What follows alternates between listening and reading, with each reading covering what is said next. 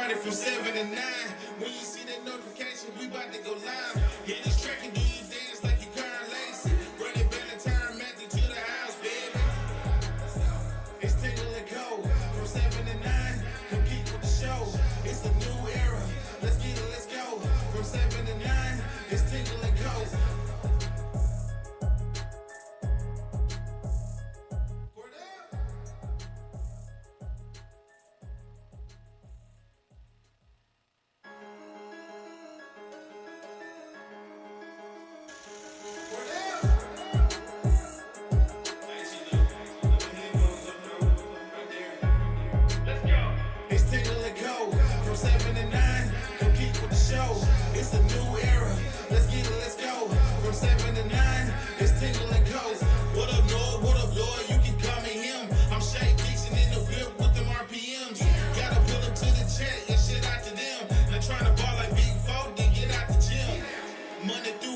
From 7 to 9, when you see that notification, we about to go live. Hit this track and do you dance like you current lacy. Run it back and turn Matthew to the house, baby.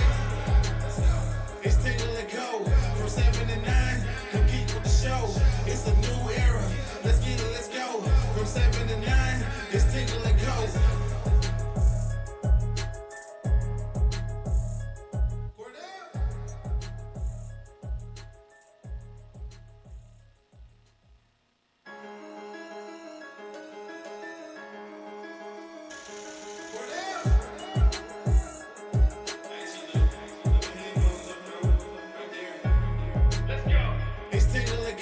All right. Good morning and welcome in here on this Thursday morning as we're rolling through the bye week here. LSU with an open date this weekend, but Tingle & Co. continues on here on this Thursday. We appreciate everybody getting in the chat this morning.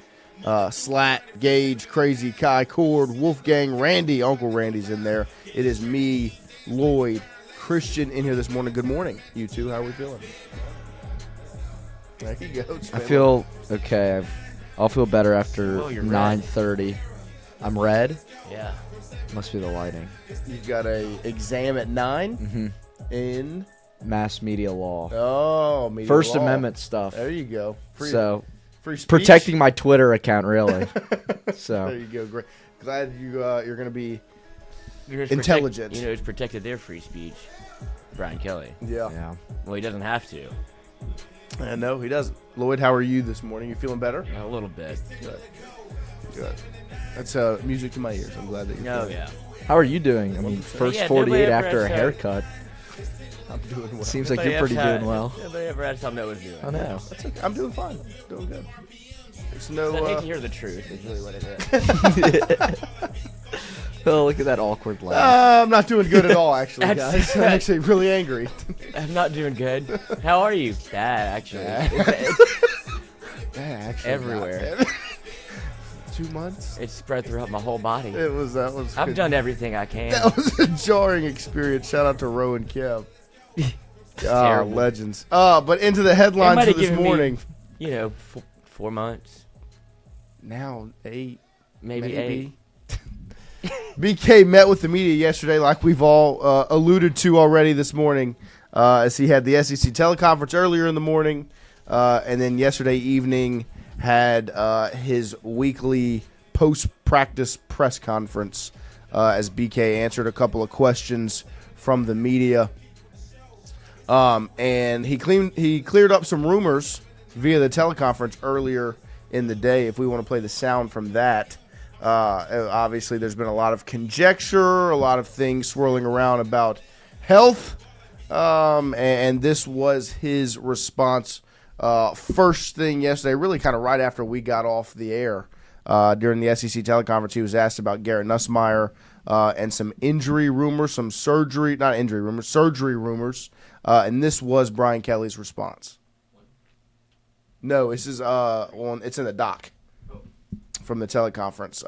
It was his response before. This was prior to the actual presser when he met with the media and was asked some questions I don't think Chrissy over there believed in. Christian was not a fan of some of the questions asked. I don't think any of us were, but The questions asked were very soft. They were not pressing. And I wanted, and I'm not bashing my fellow media members. We're not going to say who it was. I was not in the press conference, so I can't. I wasn't there. No, we could go. Yeah. We could go. I mean, we see how long we stay in there. I was We about to say, could go. for this to be the first attempt. Right. Be, That's the only reason I didn't go yesterday, because I don't want to be like, that would have raised some red flags. Be like, oh, they haven't come to a single presser since fall camp, and they're going to slide in for the one after the loss. So I stayed home. I think it's fair to be somewhat critical of the questions that were asked, but then because it sheds more light on the context of the situation where people have questions. They run to Twitter to ask the questions for no one to answer. But when you have the opportunity to ask the head coach, it turns into, well, I don't know if I'll have my job or be able to do this anymore. So there's certainly a lot of delineation that people don't want to cross, because at what point is it worth it for me? Yeah. Right? No, I And agree. then so you have the context of, I have to have a working relationship with something or someone that clearly doesn't want to talk about the issue at hand. So you want me to nail me to the cross? Because it's not going to go well. He's not going to be like, finally somebody asked. Right. It's the opposite of that. So they have to find a way to ask and hope to get more breadcrumbs of information, and this is how it goes, usually. Yeah, that's misinformation. Those are not based on any facts. They're quite silly, actually, Shay. And I know you have to ask the question. So I'm certainly not throwing you under the bus for asking it, because people want to know. But this is misinformation. Early on, he had an ab strain, not a core injury in terms of what a core injury that we deal with. And it's been slow to heal, but as I had mentioned, he's on the backside of that, and he's getting rest this week, and he'll be the Garrett Nussmeier that he needs to be as we get into the very difficult part of our schedule. Shout out to Bappa, man. But yeah, there's BK quieting some of the surgery rumors, using the word misinformation. I don't think that's what people were concerned about. No, I mean, the rumor had started to float, and that was obviously the question that was asked. And so he quieted that. But then the real part that I was focused on when I was listening to it was the latter half of that quote, when it's the term the back end, the backside of the injury, which is now something we've heard, 2 weeks separate from one another. The first time we heard the back end of the injury was prior to Southeastern, and that midweek, or the first presser after Florida, on that Monday before you played Southeastern, and then now hearing it once again when it felt like my eyes were telling me something different on Saturday. Like it's almost like the back end of the injury is different from that week to this week. And I think that's where a lot of the question marks are being raised, is the fact that we're hearing the same word but not seeing the same thing. You hear that word before Southeastern and you see something that kind of fits that term. You saw a quarterback that looked like he was on the backside of whatever injury he was going through. Because he did look better. 100%. And not even like you can take into account the defense that was played. That's not what we were looking at. They still got pressure, so it's not like he was just able to stand up in the pocket. What you're looking at was the fact that he had zip on the football. He juked, rolled left, threw right to Xavion. He was accurate. He had some power. He stretched the field on that Nick Anderson throw. Like, he looked better in that game, which coincides with what was said.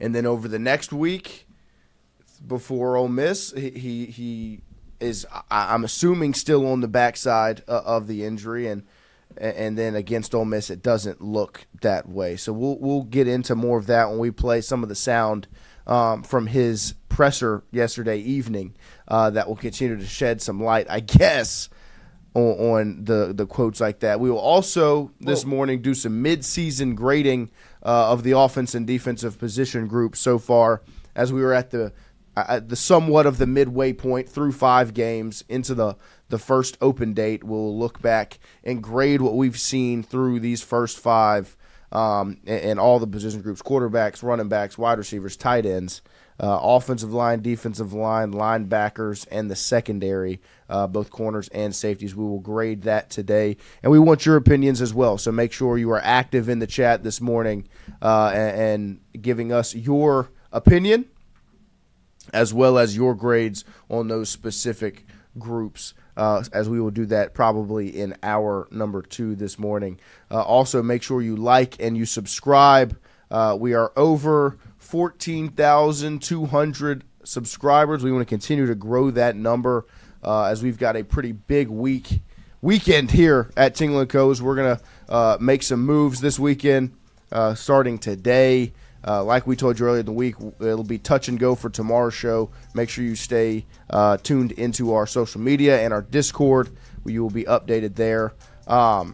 But in other news, LSU baseball bringing some positivity to the timeline as 2027 shortstop Graham Houston committed to the Tigers. In his post, he said, "First and foremost, I want to thank God for the blessings, trials, and tribulations that have shaped me into the person I am today and the person I'm becoming. I'm also incredibly grateful to my family for their unwavering support and the many sacrifices they've made for me. To my friends and everyone God has placed in my life along this journey, thank you for being part of it. With all that said, I'm honored and excited to announce my commitment to Louisiana State University. Go Tigers." So Jay Johnson obviously dropped that tiger emoji the other day. And this is the result. Is 2027 shortstop Graham Houston committing to the powerhouse of college baseball as Jay Johnson continues to keep LSU fans sane right now in this difficult time, recovering from that loss on Saturday. Jay Johnson bringing some positivity into your life. Also, in other positive news, Christian, you are a resident Saints fan. You saw Taysom Hill back in that black and gold on social media yesterday. What'd you think? Are you fired up? I don't know. Is that good news, or do I want them to keep losing? That's the question. I don't know. It is good to see Taysom back, but right now, I am also interested. How are they going to use him? Because you've seen 10 years of trying to be cute with Taysom, right? And it's worked and it hasn't worked. So what's going to be the plan with Kellen Moore? I think it's kind of. I think he has to use him. I think it's kind of become like a thing. Especially now, I think Juwan has a somewhat of a, he left the game injured on Sunday against the Bills. Yeah. So we'll see how much he gets used, but it's always good to see Taysom Hill on the football field, one of the fan favorites, and a Saints legend. So, but that's about the only positive thing about the Saints, because they've been going through it, man. Huh? Greatest Mormon of all time. Yeah. I think so. I can't really. I mean, at least in your life. I mean, John Smith probably. Well, but like in their eyes. Yeah, but Taysom would dunk all over John Smith. He would. But I think it's Joseph Smith. Joseph Smith. That's right. John Smith was the pilgrim. John Jacob Jingleheimer Smith. But here is Kellen Moore talking about maybe the greatest Mormon of all time. I think it'll just be a process as we, kind of build it as we go. Obviously, he's got a lot of stuff just from a physical standpoint to get acclimated, and then we'll just see how it goes. And obviously, he's got a lot of stuff that he's done in his past. He just plays a lot of other positions. He's a unique player. Certainly I've never, coached a guy or been around a guy who plays this many positions. And so, I think it's really us just working together as we kind of build this thing in the future and put him in the best position. I think it'll just be a process. There's Kellen Moore talking about Taysom Hill coming back to the roster. It is going to be interesting to see how his offensive mind uses a guy like Taysom Hill in the offense. People want him to play quarterback. Yeah, I mean, well, when you look at the record that he's had as the starting quarterback versus everyone else not named Drew Brees. Spencer Rattler's. I thought Rattler's looked okay. He has. I don't think Rattler's been the problem. It just sucks that he's never won a game as a starting quarterback. Yeah, right. When you just look at the numbers, it's like not on him, but it is on him. At the same time, there were some plays he could have made down the stretch against Buffalo. And for the people wondering, Steve Young, Manti Te'o, and Bryce Harper are all Mormons. Okay. So I would say the greatest Mormon athlete of all time, Steve Young and Bryce Harper. Mm. Manti, greatest catfished Mormon athlete ever. Yep. Yeah, I mean that's. I wonder how large that pool is to select. Why is feel like- Taysom Hill not on this list? This is bullshit. Jimmer Fredette. We're gonna put Jimmer Fredette over. Okay, wait, on it. don't. No, bash yeah. Jimmer. No, I am because Taysom Hill's not on it. No, I get Taysom should be on, but don't bash Jimmer now. Don't bring other people down to raise other people up. Yeah, Jimmer was a legend. Did Bryce Harper ever go on his mission trip? He's you been have playing to. in the MLB MLB since since he was 16. 10. So does he not count? That's what I'm wondering. Did Taysom go on his? I think he did. Yeah, and Chazva said Rattler has been a problem, not the only problem. He hasn't been the biggest problem. Yeah. Not this year. You are not winning because of Spencer Rattler currently. There are much larger issues that are going on. But Hunter Hall wants 2 claps. I did include some stuff on the 2 claps throughout the week that we just never have gotten to because we've been so depressed and upset. Bad kind of clap. Do what? It would be the bad kind of clap. Fair enough. Don't get it twice. 2 claps. Learn your lesson. 2 claps. But this one I wanted to say, I saw this was put out, the NBA and Amazon Prime will allow NBA fans to connect their FanDuel account to display live bets and place bets on the screen during NBA action. Oh, this would be good for every single NBA player ever. Because they're not gambling on the games at all. But it will be cool. You get to see as you're sweating out the game. You're looking at. You don't have to check your phone. It's right there on the TV. I just think it's interesting to see when they're diving into the gambling aspect. Clearly, they have like an issue inside the league, right? Where there are a lot of players gambling, and now they don't have to change their app on their phone. They can just be. You have LeBron watching Stream East, and now you have the ability to put the lines. Put your live on the screen. Slam your picks down live on your television here on Amazon Prime. And also, what I wanted to allude to, me and my dad were talking about this the other night. It's just Adam Silver's face will never not be jarring, ever in your life. Looks like an alien. You'll never get used to it. Anytime I see him do a press conference, it frightens me. He looks like exactly like somebody that would be in Men in Black, and is like an alien. Right? Like Yeah, somebody yeah, took his skin. Or Scooby Doo, and he pulled the mask Yeah, off. but whenever it's the big reveal in Men in Black, and you Right. start looking all around, you like Adam Silver would pop on the screen. 100% look at him. God damn, I didn't think about that. He's frightening. Remember Dan He runs your Levitar NBA. when they did the looks like, when Levitar does looks like him. The first Adam Silver looks like was probably some of the best content in Dan Levitar history because they were rolling. But 2 claps for the NBA and allowing everyone to gamble easier. Ready? There's your 2 claps, Hunter Hall. Make you happy. But yeah, don't forget, every single day we are brought to you by All About Inflatables. If you go to Facebook and you look up All About Inflatables, you'll see the page. You can also go to allaboutinflatabledsds.com. It is very, very easy to roll on through and book whatever inflatable you want, whether it's a bounce house, a water slide. They've got it all over at allaboutinflatablesds.com. And then go to Facebook and look up All About Holiday Lighting.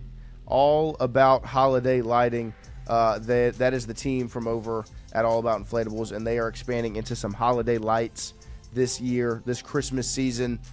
They just got their trailer wrapped and ready to go. 225-276-0608 is the number for All About Holiday Lighting. If you want them to come and check out your house, see if they can put some lights up there for you. I promise you they can. They do residential and commercial. They get free estimates. They do design, installation, and storage. So make sure you look at All About Holiday Lighting this Christmas season. All right. Into the show for this morning. It is time to listen to what BK had to say yesterday in his post-practice press conference. The first time he sat down with the media since that loss on Saturday. And I don't think many were surprised by the way the presser went. It was, to me, just watching it, obviously, like I said, I was not there.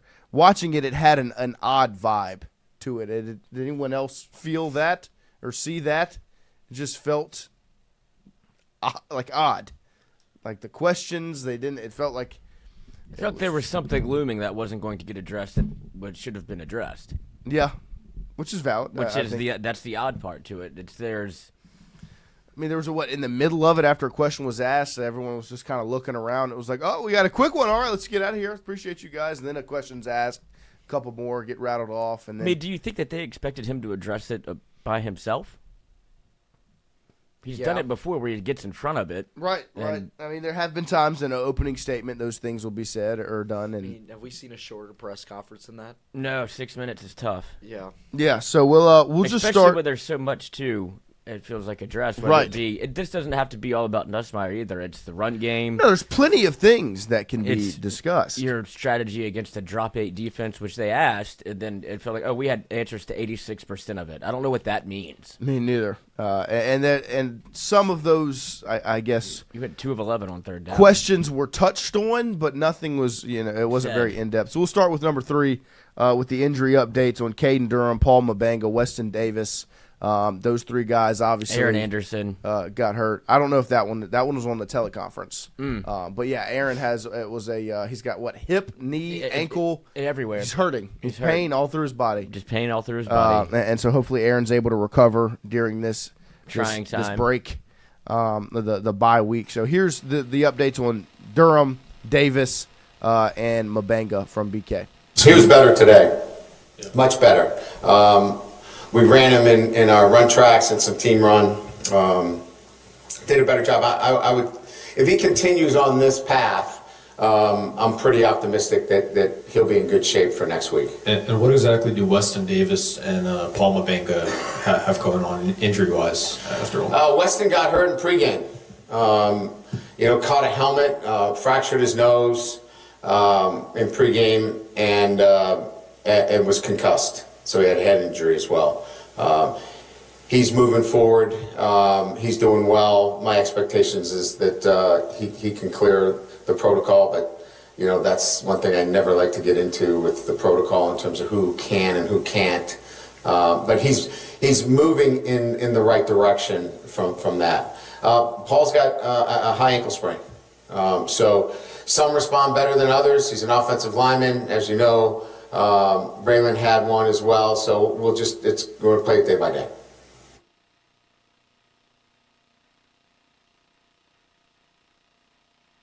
There is the update on those 3 guys. Caden Durham is working through it this week, and if he continues on the current path, he'll be good to go for South Carolina. Paul Mabenga, high ankle sprain, and so responds. And Weston Davis with a fractured nose and a concussion from catching a helmet. Definitely caught me off guard. Because my question was, I don't think he caught anything. Well, no, it doesn't sound like it. Like when I heard that the injury happened 22 minutes before game time, it was like, okay, there's no way we didn't know anything going into the game, or like, what are you doing to cause an injury? This at least answers the question of like, okay, that's something that's fitting to be like, yeah, 22 minutes before game time that happens, and now you've got to play a true freshman. But those 3 guys, we'll see how they continue to what he says caught a helmet. Progress. Caught a helmet to the face. Is that somebody else's helmet? I don't know. I don't know if a helmet was tossed to him to put it on, and he just kind of wasn't looking. It caught his nose or something else. Like if it broke his nose and gave him a concussion, it wasn't tossed very lightly. It sounds like something else. And this isn't me. I'm wondering if it was like going through a drill. I don't know. And it like kind of caught him on the nose and not broke his nose, like the bridge of your nose type deal. Right? No, I know. It was very odd hearing it that it was a fractured nose and a concussion from a helmet in pregame warmups. The bigger thing is I hope Weston can recover, get better. That sucks for something that's a freak, crazy accident like that to happen. And hopefully he can recover as well as the other guys. And that was one of the things, and I guess one of the questions that caught some people off guard. This is number 6. When BK was asked what they want to accomplish in the bye week, this was somewhat of a layup question, I believe. It was, and there's nothing wrong with the question per se, but it was just asked what they want to accomplish. And I feel like you kind of know the answer of what needs to be accomplished in the bye week is that they want to get healthy and get better. And I feel like that answer was already known, and here's BK giving it. Well, it's like anybody's goal. You want a little bit of recovery. You want guys to, focus on their academics, catch up in the classroom, and then let's go to work on the things that we need to be better at. And our biggest thing is the details. You know, when we have the details down, our attention to detail, and we have focus on each play, we're pretty darn good. The problem is we can't keep it long enough. We get distracted, and that's what we're working on this week. Our biggest thing is the details. You know, when we have the details down, our attention to detail, and we have focus on each play, we're pretty darn good. The problem is we can't keep it long enough. We get distracted, and that's what we're working on this week. They're working on getting healthy and staying focused. I mean, that's about the answer you'd expect. It is. Pay attention. It is an interesting, like, getting distracted. What is? And whom? What does that mean? But that's what they're expecting to see in the bye week. But we'll dive into the real deal stuff here of the press conference. He was asked about Garrett Nussmeier and if that injury was re-aggravated prior to Ole Miss, because like we said, when you heard the backside back end the first time, it was before Southeastern, and you saw proof with your eyes that looked that way. But then 7 days later, you saw the opposite. And I don't think there's a way you can look at that performance against Ole Miss and say that is a healthy quarterback. A throw we've seen him make a million times down the sideline to Chris Hilton, he can't make it. Like, I don't want to harp on that one play, but that was the clearest indictment of he can't make the throws. And so for the announcement or the report to be put out after, I mean, he's got 7 yards separation. He's got to come back and try to get the football. It looks like it hurts, man. And so for it to be put out yesterday that he is on the backside of it again, which is still a very vague term, obviously, at this point, because it feels like it means two different things. And then he gets asked if it was re-aggravated prior to Ole Miss, and here is the answer. Not to belabor the point on Nuss, but did he aggravate that ab strain at any point before or during the game against Ole Miss? No.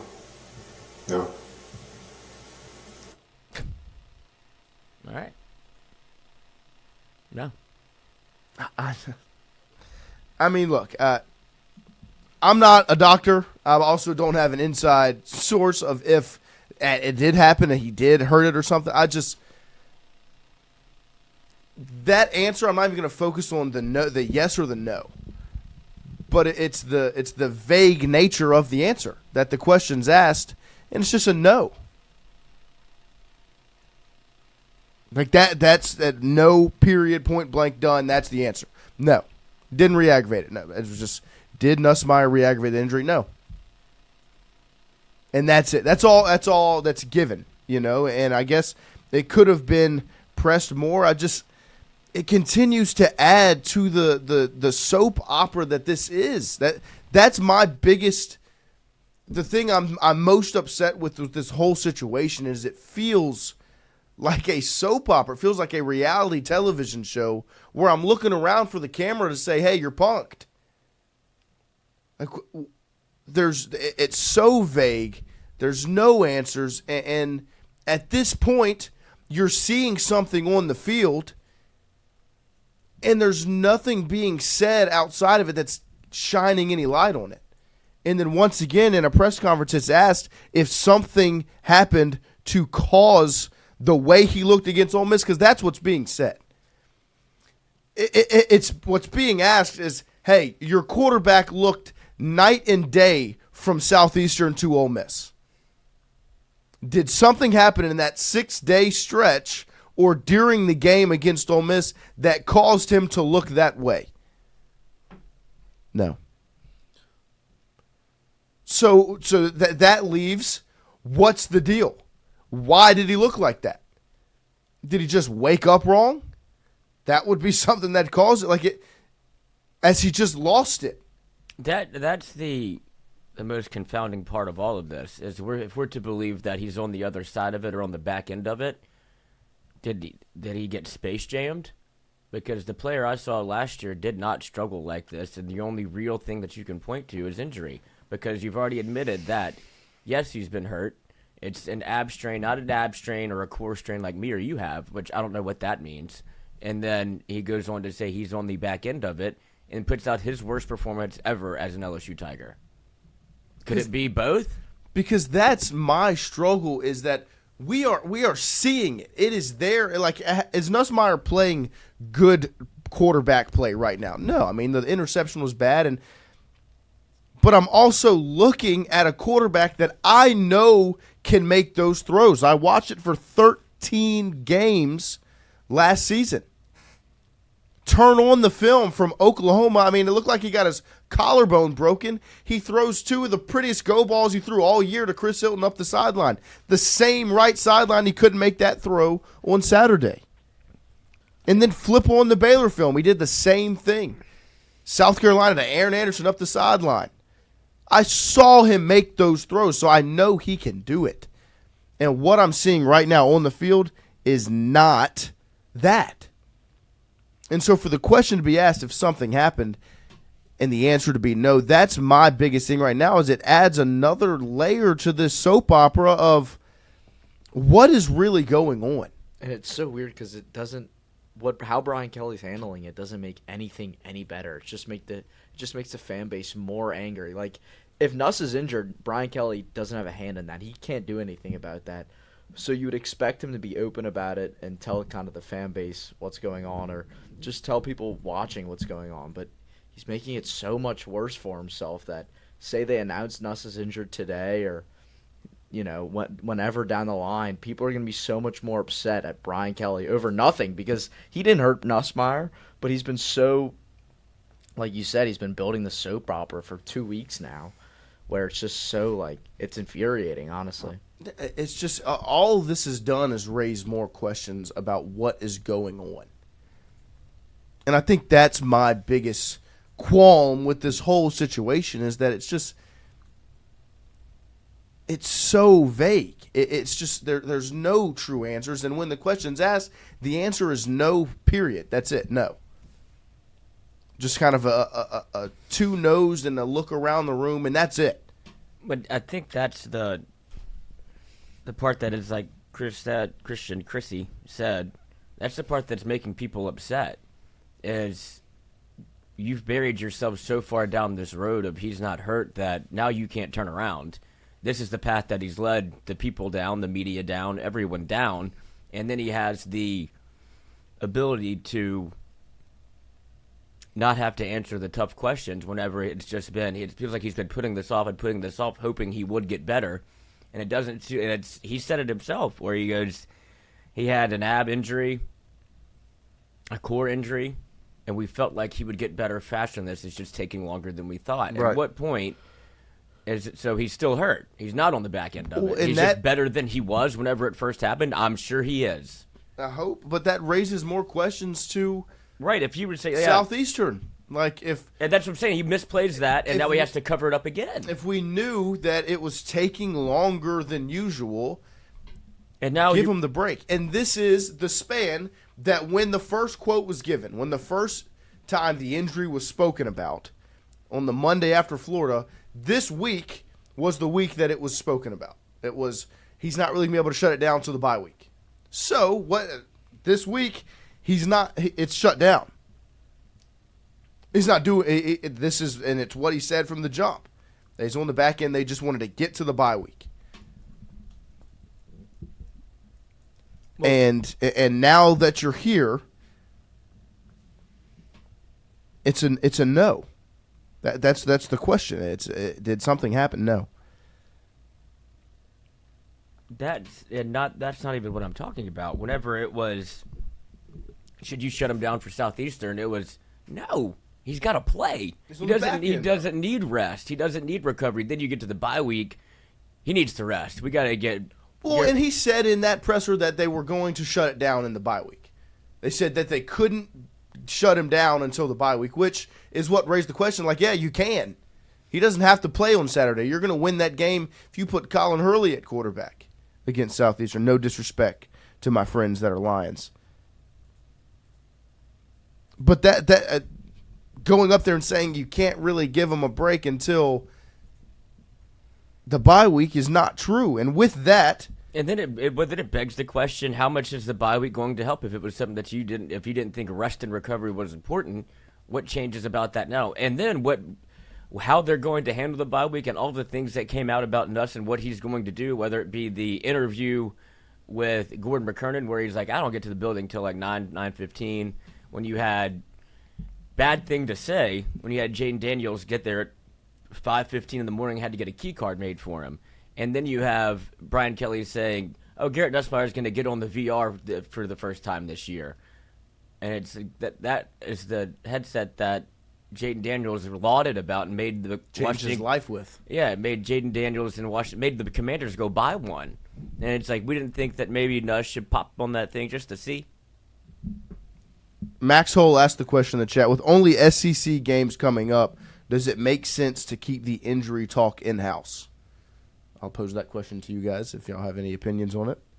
Does it make sense with the SEC games coming up to keep the injury talk in-house? Because that is a perspective I've seen online of why would you go out and on Wednesday of the bye week tell South Carolina that your quarterback is hurt and he's not going to play? Well, I don't think it's not going to play, but does South Carolina have eyes? Of course. But I mean, like, if I get it, but if he's hurt, like, okay, there's only one other option, and it's Michael Van Buren. You have hardly any film on him, so go for it. Go watch all the film you can on him. But I agree I understand the sentiment of don't say it out loud. Like, don't tell. We're not owed that information. We really aren't. Right. Whether it's the media or just the fan base in general, you're not owed the fact to know that Garrett Nussmeier is hurt. But when it's this, and that's the way you want to play this game. But when it's this evidence of giving like little trinkets of information that it leads to the fan base wondering how hurt he is, or like that makes the story bigger than just like, hey, we're resting Nuss. We hope to have him back for South Carolina. Instead of, hey, he's on the back half of this. Like now, if you're South Carolina, you're watching this situation more intently than you ever have. Right. No, 100%. And I agree. None of us are owed that information. It's just, I think the stressful part for the fan base is the fact that you're seeing one thing and you're not hearing anything that confirms what you're seeing. You're hearing one thing, you're seeing something else. And I want to get into some of these clips. Number 7 will be the first clip of them talking about Michael Van Buren. They were asked about his reps. Like we said, Nussmeier is not.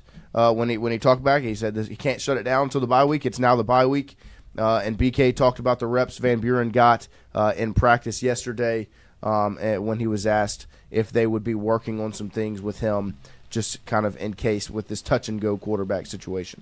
I mean, I think it's a great opportunity for him. You know, we're going to give Garrett some time to rest here this week, make sure he's fully at 100%.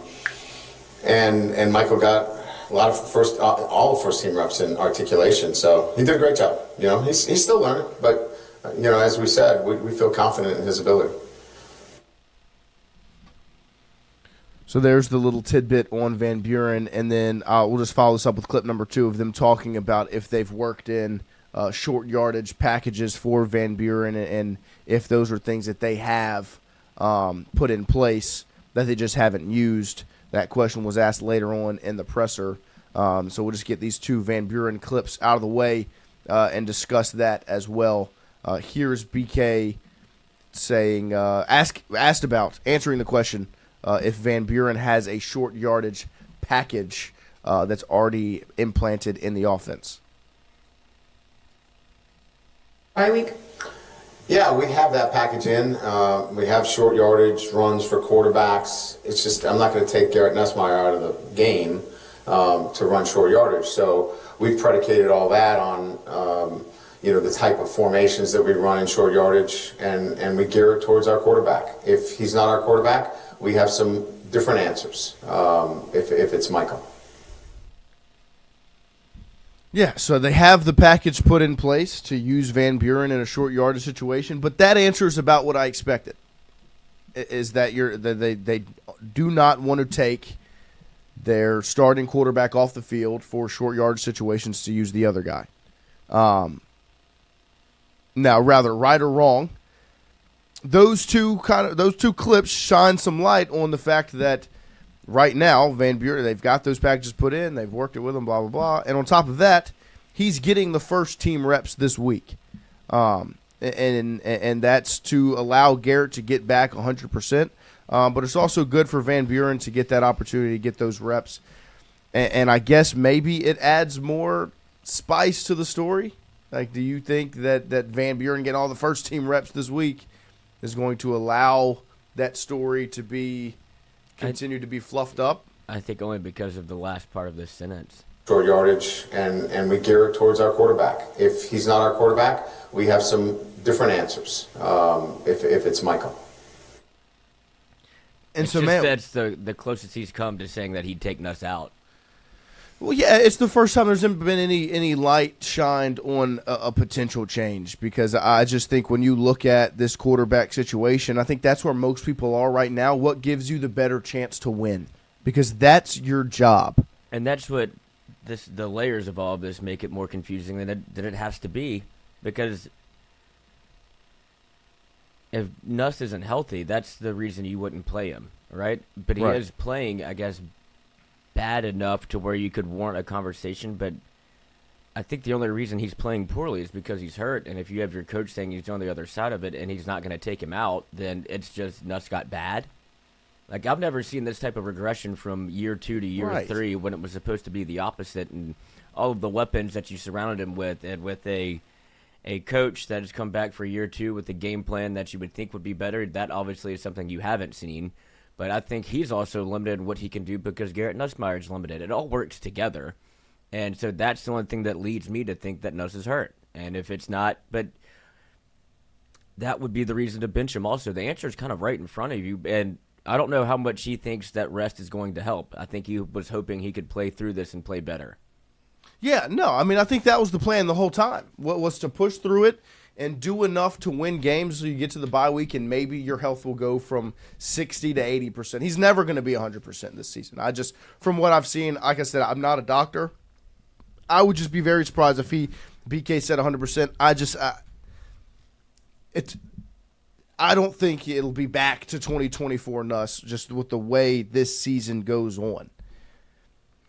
The gauntlet that's ahead, and the fact that the offensive line is structured the way it is. You have a list of issues at LSU right now that you got to get figured out. And I mean, this is atop the list, right? Still, what? Nuss. Yeah, no, I mean, like, and Christian, I'll ask you because I saw you put it out on Twitter the other day. In response, you said that you feel like the run game could cover up some of the other issues, but Nussmeier improving his play couldn't do the same, right? Right. Is that the? I want you to elaborate. Yeah, it was. I think the run game can cover up Nussmeier, like you have seen, but I don't think Nussmeier can cover up no run game. I think whenever you get into the latter half of the year, football gets tougher, teams get better. Speaking about the playoffs specifically, I think, you need a run game. But I think now, if you can see some semblance of a run game with Caden Durham getting back healthy possibly, and Nuss, getting to a healthier point than he was versus Ole Miss, I think LSU could actually make a run at this thing. Because I think the defense is what it is. I agree. I just wanted we've seen in a while. I wanted your take because I saw that was your perspective, and I don't disagree, especially as the schedule goes on. When I look back at Ole Miss specifically, you could have won that game with a healthy Nussmeier. I think, in my eyes, that could have outweighed the fact that your offense was not committed to running the football. You could have won that game had he made that throw to Chris Hilton down the field, had you been able to stretch the field a bit more and not throw the ball a yard behind Aaron Anderson to make him roll his ankle or whatever happened. You could find a way. One thing I will say is a healthy Nuss also, it makes them drop 8, right? Because if you have no run game and you're dropping 8, but a healthy Nuss also can pick apart 8 in coverage. I see both sides to it. Well, no, and I just think the healthy Nuss, not as much pick apart, but he can just make some of those big-time throws like the Hilton throw that puts you in a position to win that game. And it's because of the defense you have. If he can make some of those big-time throws with the defense that's there, it makes up for it. But I do think that you obviously want your quarterback to be healthy. But on top of that, I guess my biggest indictment is right now, if a change is not going to be made in that position, you've got to gear this offense towards what you can do. You got to play into the defense hands, keep the ball in your possession, and give your quarterback plays that he can make. And so I just the saga continues, and the worst part about it is we're going to have another week of it because we're not going to get answers on this situation until you see them suit up against South Carolina.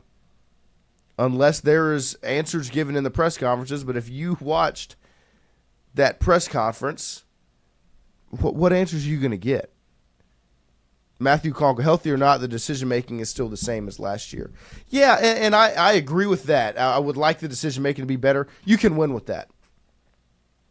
With this defense, you throw a couple of those turnovers, but you can make those big throws. You can put drives together. You can hit Chris Hilton down the sideline. You can hit Barryon Brown down the other sideline. Like, if you can make those throws, you can live with the turnover. You can live with the turnover. With this defense, you can. I would like my fifth-year quarterback to not make a stupid decision over the middle of the field when you're in field goal range. I completely agree. You can win with that. Like, that is not what's got you hamstrung right now. Would it be nice to not have those decisions made? Yes, 100% I agree. You're abstrained right now, not hamstrung. Good one. Mm-hmm. But it's just if he can make the throws that cover those blemishes up like he did all year last year. Not all year. There's a 3-game stretch he didn't. But you can see, I think LSU's in such an intriguing spot right now because it's the fan base has. I don't know if I've ever seen this stark of a turn this fast, Lloyd. It's the entire fan base through social media and just people that I run into on the street. Very rarely do you have this entire fan base kind of hand in hand thinking the same thing.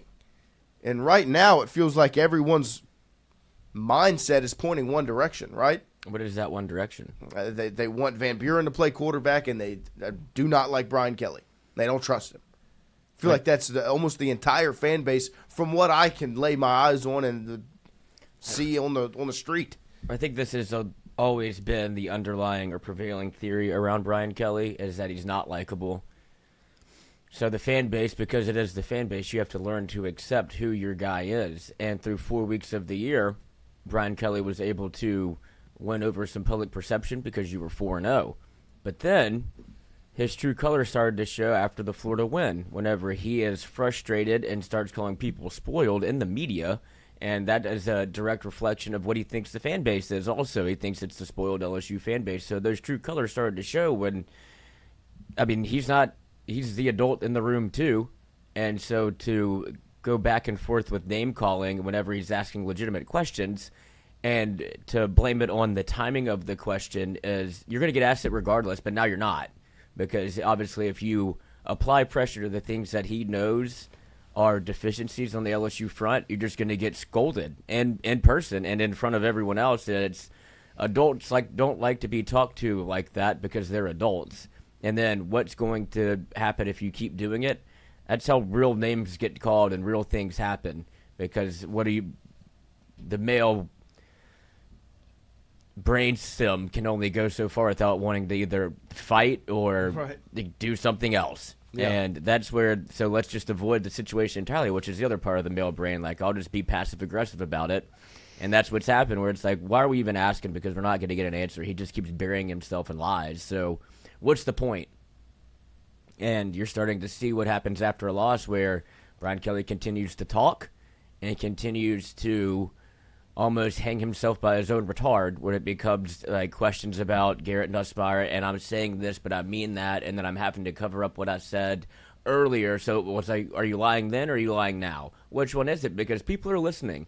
And despite that fact, he doesn't seem to change his approach when it comes to answering questions. He just kind of says the most convenient thing, and whether he likes it or not, people are putting it together.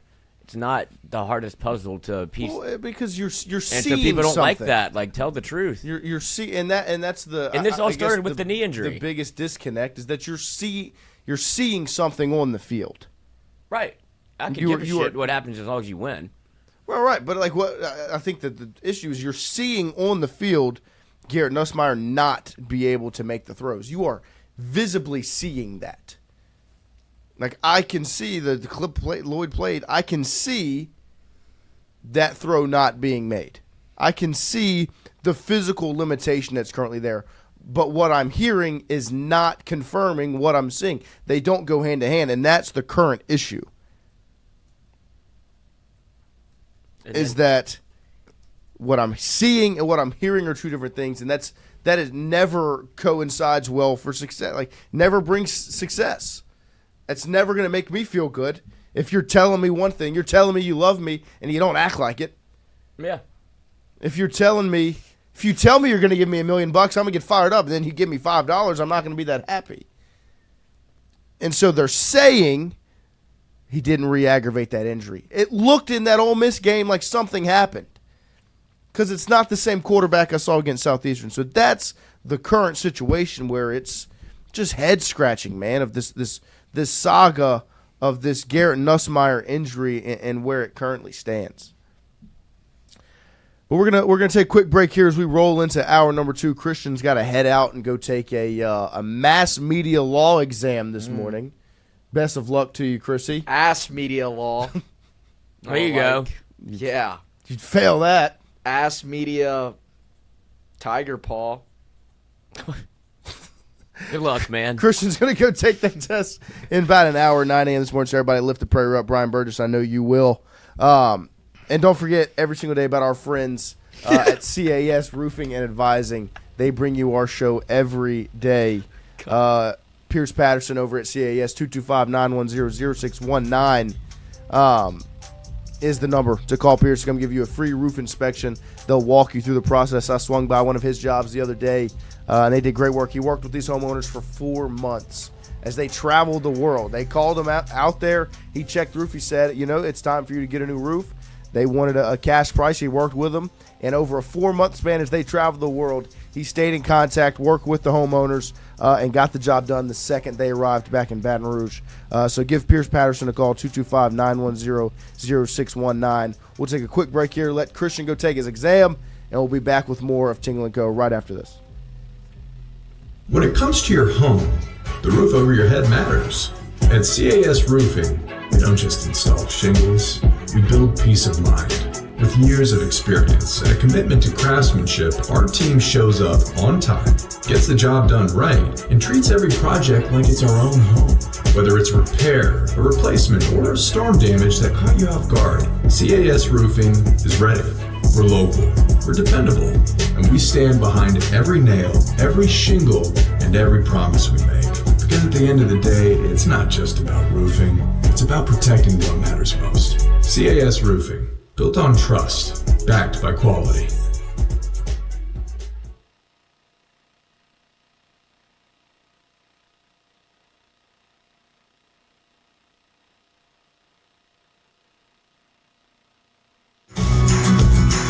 Wardo's was created in honor of Alan Ward Granning III, fondly known by family and friends as Wardo.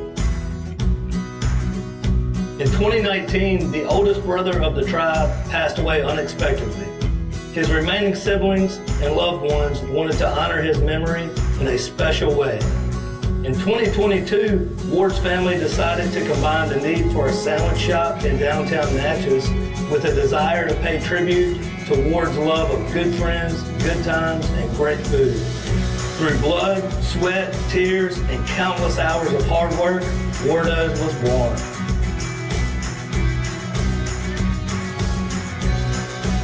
So go visit Wardo's today at 309 North Broadway Street in Natchez, where the po' boys are so good, you'll swear you're in Cajun country. Hey, Miss Lou, come visit us, Tom and Wright Branding at Go Martin on the Go Deli. Gilmore has clean restrooms, community coffee, an awesome beer cave, and a great selection of anything you may need. Located at the corner of Highland Boulevard and Highway 61 South in Natchez. Also stop by Wardo's Po' Boys at 309 North Broadway on the beautiful Natchez Bluff. Where everyone is family.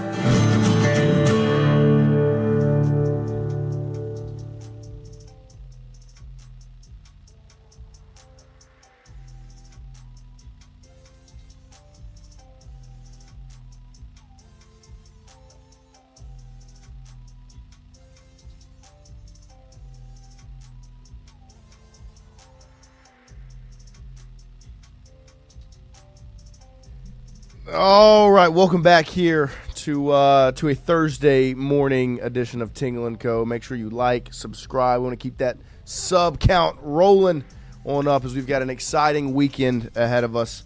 Like I will remind once again, it's very touch and go on a show tomorrow. Don't know if we'll be able to go live at 7 and 9 a.m. tomorrow, but we're going to try our best. And if not, you'll see us on Monday, and it might look a tad bit different. So we appreciate you guys' support this morning, and now we're going to dive into some LSU football position group grades here as we've reached the mid-season point, somewhat the first bye week after 5 games of LSU playing against some, 5 very different opponents, whether it's Clemson in week 1 on the road, and then you have La Tech, who's a pretty good lower-level group of 5 team. And then you have Florida, an SEC team at home, an FCS opponent, and then Ole Miss, a very, very good team on the road. We'll start with the quarterback position. Lloyd, obviously, it's the one that's most talked about. How would you grade out this position currently? So far through 5 weeks, obviously, the only quarterback you've really seen is Nussmeier. You saw Van Buren in one game, 10 for 12, 122, and a touchdown. Nussmeier so far this season, 115 for 171, 1,157 yards, 7 touchdowns, 3 picks. And both quarterbacks have 1 rushing touchdown. Nussmeier with 39 rushing yards, and I believe, 23 of them came on that one run against Southeastern. So how would you grade the quarterback position up to this point? A, B, C, D, F with some pluses and some minuses. Lloyd?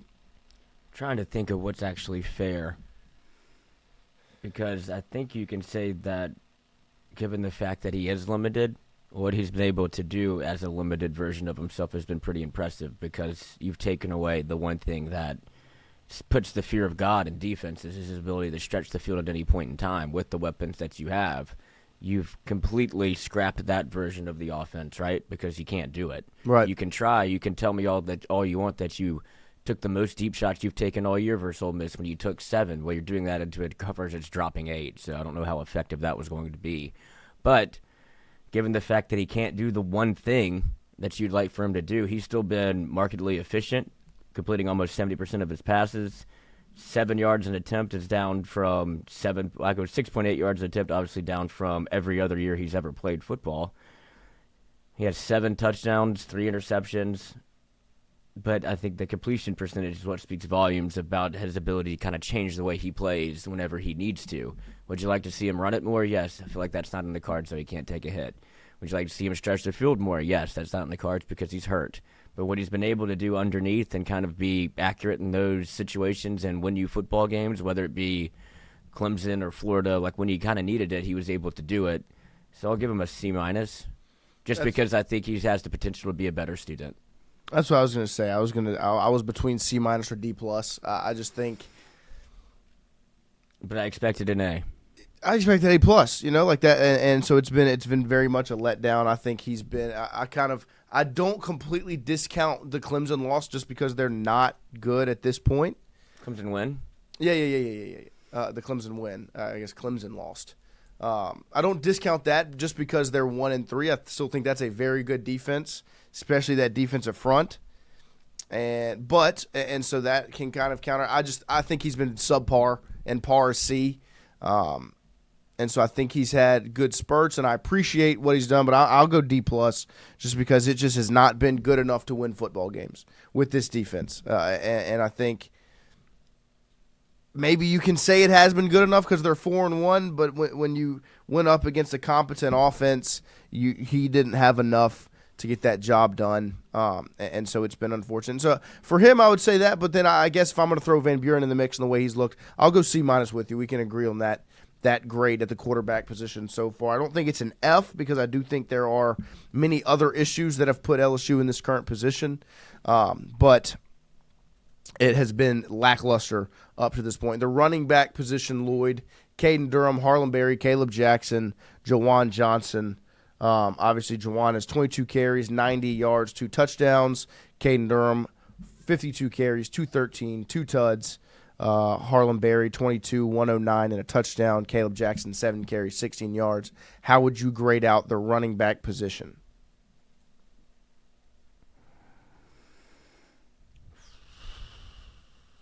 Hard to say. You have, I don't know if it's a lack of offensive line play that's giving you a tough time in the running back room, but the room itself, it can't be higher than a C- because you have Caden Durham that's now injured. You saw some of the things that he changed from last year, I guess. He became much more of he thinks he needs to hit a home run every time he touches the football because I don't think he trusts his offensive line, so he's looking for different ways to get yards, and it's not, I mean, the last thing that you saw was him not trusting the track. Right. And that became, I think, evident to a lot of people, like, okay, this makes sense as to why the run game isn't working.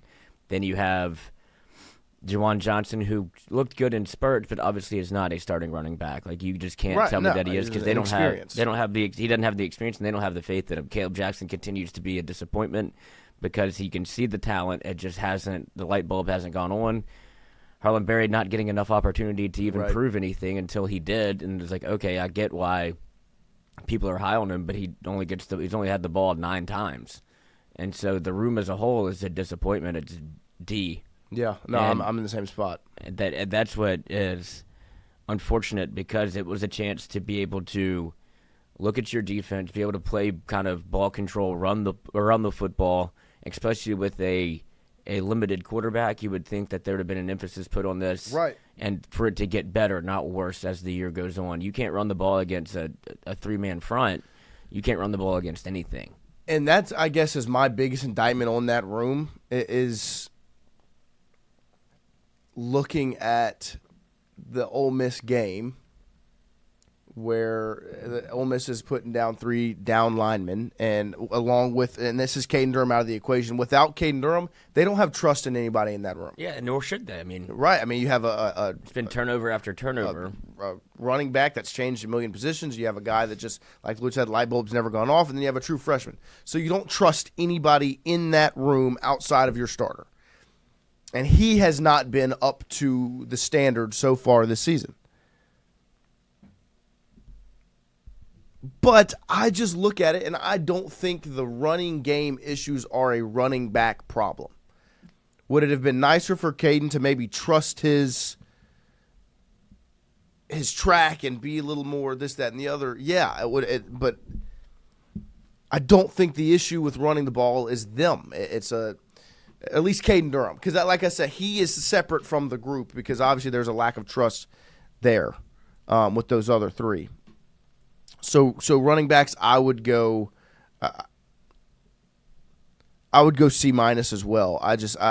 The more the issue is on the offensive line rather than them themselves. But I think because of some of those Durham plays where they did block it up, right, and he didn't make the correct read, or he saw something different. It does. I mean, you're right. We go hand in hand. If you want to do the offensive line, I mean, I think it's evident what that grade is. Yeah, no, and we're going to do wide receivers side. We're going to end with the offensive line. Oh, okay. But we'll go into wide receivers next, and I think this will be the first positive grading so far. I don't. Have you been let down or disappointed up to this point with the wide receiver room, and how would you grade that group for LSU? Not so much disappointed, but I think there's more in there. And like you said, all of these grades can tie together, right? They're all contingent on something else. When you have a quarterback that's limited, it limits what the wide receiver room can do, what kind of plays you can call, how you can use what your like your greatest strengths are. And getting into the year, I thought they were knocking. Getting into the year, it became like you have all of these weapons. You went out and bought all of these players, and then you have the returning experience of what guys can do. You saw what Aaron Anderson could do. You saw Chris Hilton at the end of the year, and then you go and turn on the tape for Barryon Brown and Nick Anderson. You're like, this room is loaded, and it hasn't looked like that.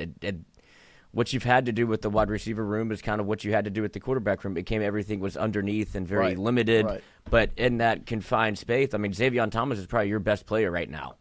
Is that fair to say? He's produced the offensively. most. Offensively, yeah, on the offensive side, and certainly in the wide receiver room. But I don't think people saw that coming. That's a testament to him. But Aaron Anderson has been great. Like, he's also been very good. It's also a testament to how the offense has changed, having to use Xavier more. Yeah, while those are positives, the negatives are Nick Anderson and Chris Hilton. Right. And I don't think it's solely on them, but you had Nick Anderson that was banged up throughout camp and comes back, and you want to see him be able to utilize what he does well. Last time you saw him play, he had 10 touchdowns. And you could say the same thing about C.J. Daniels last year. The last time he played, he had 10 touchdowns. Now you see what he's doing at Miami. There's certainly something in the water in that room that is maybe coming to fruition when you see guys that ball out at other schools that come to LSU and are supposed to be playmakers, and they're not making plays. And so, with all that said, I would still give the room a B- because you haven't been able to, and this isn't their fault, but it just is what it is when it's a group project. Right. You haven't been able to see that kind of explosive offensive weaponry come to fruition because of something else. So, I agree. But what they've been asked to do and how they've executed it is very much admirable. Yeah, I think you look at some of the numbers. Aaron Anderson, 33 targets, 23 catches, 305 yards, no touchdowns. Barryon Brown, 34 targets, 25 catches, 239, a touchdown. Xavier Thomas, 21 targets, 14 catches, 178 yards, 2 touchdowns. And then you see the drop-off in targets, 13 for Nick Anderson, 8 catches, 72 yards, 2 touchdowns. Chris Hilton, 7 targets, 4 catches, 28 yards. And so I think... How many touchdowns as a whole does the wide receiver room have? 2, 7? 4, 5, 6. 6. 6. Yep. 2 for Anderson and Thomas, 1 for Brown, and 1 for Kyle Parker on the Van Buren throw. Yeah, I would lean to grade this room higher, because have there been some drops? Yeah, like the Hilton fumble earlier in the year. You saw Nick Anderson with a handful of drops throughout. But the thing is, this is probably an A room if the go route to Barryon hits and the slot fade counts against Clemson, and the one to Hilton is good on Saturday. It's probably much higher of a grade, and so to me, that's not their fault. They're doing their job, and they're being asked to do something different than I think they probably expected before the season began when they came here. And so I would lean more B. I know it's only a little bit improved from what you said, because I think we're in similar places. But I would go the B just because I think that it hasn't been their fault. Like Chris Hilton should have a handful of touchdowns on the year because he's getting the separation. He's just not getting the football. And have there been times that, like, Nick Anderson had some bad drops against Southeastern? But there's just been times that they've done the job and they haven't gotten the football. And so that, to me, I can't indict them on that. So I would go B for the wide receivers. Into the tight ends, I think this had a lot of high expectations. Your thoughts on the tight end position up to this point for LSU? Bauer Sharp, 19 targets, 15 catches, 179 yards, and a touchdown. Tradez Green, 6 targets, 2 catches, 17 yards, 1 touchdown. Donovan Green, 2 catches for 40 yards on 2 targets. Lloyd, your tight end grade for LSU up to this point? I guess Bauer Sharp is the one carrying the water for this entire group, and you've seen him be a reliable target for Nuss underneath. They've asked him to do a good bit of blocking. It's been hit or miss for me on what I see that he was brought in to do versus how he's doing it, and he's definitely somebody that can help you in that tight end room, and that's what he's done. I think people expected Tradez to be the star. Obviously, limited with injury, gets hurt. blocking, has another blunder blocking on a big time play that takes the entire thing back. So it's hard to give this room a good grade. Like you've barely seen Green play, and so when he's been in, it's been to block. I mean, I don't think you can do anything higher than a D plus in my mind. I agree. I mean, I think it's because it's not, like I said, not Trader's fault he gets hurt, because what you saw very early on, I think the expectations only got higher when they did spread him out wide and used him creatively to get a one-on-one, and it was like, oh, this is going to happen 10 times like this year, and you're automatic in the red zone. And then the story's coming out like it's the green zone. Right. And you haven't been able to utilize that at all. Yeah, no, I agree. I mean, I think that this room has not been up to par either, especially expectation-wise. I mean, Bauer Sharp, he's had some drops. You know, the one on the first play against Ole Miss, like the throw wasn't the best, but that's one where I would have liked you to come away with that football. I think he's maybe left a little to be desired blocking-wise. He's done a good job in spurts, but he just hasn't, I don't think, to the extent you maybe wanted, because that's part of the reason why you got him. But I think he's been serviceable for sure. Like, I would give Bauer Sharp just a par grade. Trades Green has been somewhat of a disappointment to this point, but he was hurt, missed time. I just thought he would be a bigger element of the offense outside of jump balls in the red zone. Like, I just thought he would be used more than that, and I haven't seen that. I haven't seen a commitment to that even in the games he did play. I know against Clemson, he got some more catches, but I still felt like it was like throwing jump balls to him. And obviously that's a useful. He's somebody that can be so much more than that. But I like, and if you go look at Baylor, I think that was my expectation, where he was just featured big time. And so I'd be in the same boat. I would go D plus just because it just hasn't been the expectation to be. And I think that's what weighs a lot on these grades, is that the expectation was much higher. Mm-hmm. For the running back room, the quarterback room, the tight end room, and in the wide receiver. And so I think all of these rooms have been a step back from what was expected. And that's what weighs the grade in my mind. Right, and I agree. And we'll go into the offensive line. Lloyd through 5 games. Adams, Mabanga, Moore, Thompson, Davis, Kern, Chester, Eccles. Those are the guys you've seen majority of the time. How would you grade the offensive line for LSU?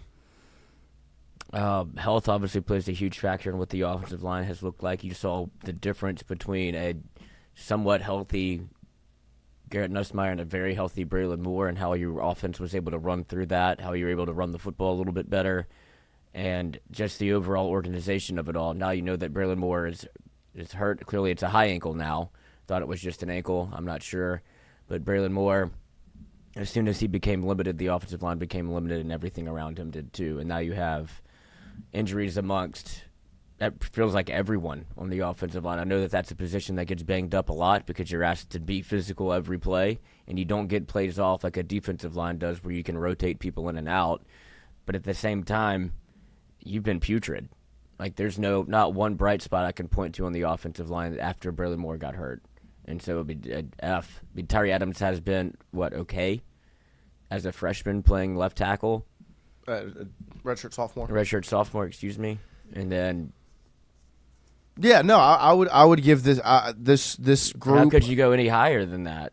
Yeah, I wouldn't, and I don't like giving super low grades, but they have been probably second after Nuss's health. With the biggest concern to get you where you want to be. And they could be first. They could be the biggest problem with this team right now. You can't run the ball. You can't run the ball. You don't trust to run the ball behind them. They haven't done the best job in different passing scenarios. Nuss doesn't trust them. It's a D- at best. At best.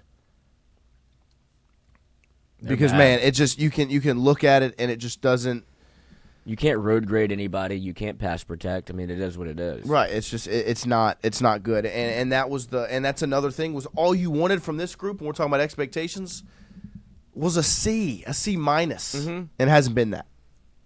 E-Dub in the chat, how can you grade them when your quarterback is not getting them the ball? We are wilding this morning with these grades. It's all on the QB.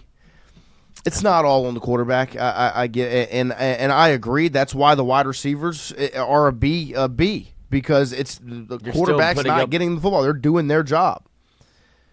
The tight ends, I see that you agree with the TWITTA grade. I haven't been impressed with what I've seen. I think the expectations were much higher. I saw the way that TWITTA was used, so maybe it's not an indictment on TWITTA himself as the player, but more so the way he's been used in the offense. It's just he's become a blocker and a jump ball guy. Yeah, well, he's just become like a specialist. Like it's just he's just a jump ball receiver. He's a red zone guy. But if that's how you're going to use him, do that. Don't leave him out there for every play on offense if you're not going to use him that way, and make him have to block and get a holding penalty on a really good play call because and get hurt. He's getting put out there in positions he doesn't need to be in if you're trying to win. And so I understand what you're saying, but it's not all on Nuss. It's just not. This offensive line is bad. They got the lowest grade up to this point. And Nussmeier, I gave him a D+ because he hadn't been good. Running backs, you haven't really seen them get the opportunity, but that can somewhat be an indictment on them as well. Wide receivers have done their job, and it's been other things that have let them down. I mean, if you want to not trust what we're saying and trust maybe PFF, who does grades, Weston Davis, a 40.8 PFF grade. Offensive line that has struggled across the 4-1 start. Davis has drawn the most criticism for his play. A second-year Tiger making his first collegiate starts. The lowest pass block grade at 52.2. The lowest run block grade at 41.5. So it's not just us that are being, I guess, a little bit bullish on how ineffective the offensive line has been whenever PFF grades this thing out also. And I don't even think the offensive line was the problem. I think it was more the receivers and the tight ends that the grades were not being agreed with. But I just... So we'll go into the defense now, and these grades should bring some positivity to your life. We'll start with the defensive line, Lloyd. The front four, Gooden, Pyburn, Payton, McKinley, Butler, Bro, Guillory. Those guys, Relaford, that you've seen on the front line for LSU. Oh, Gooden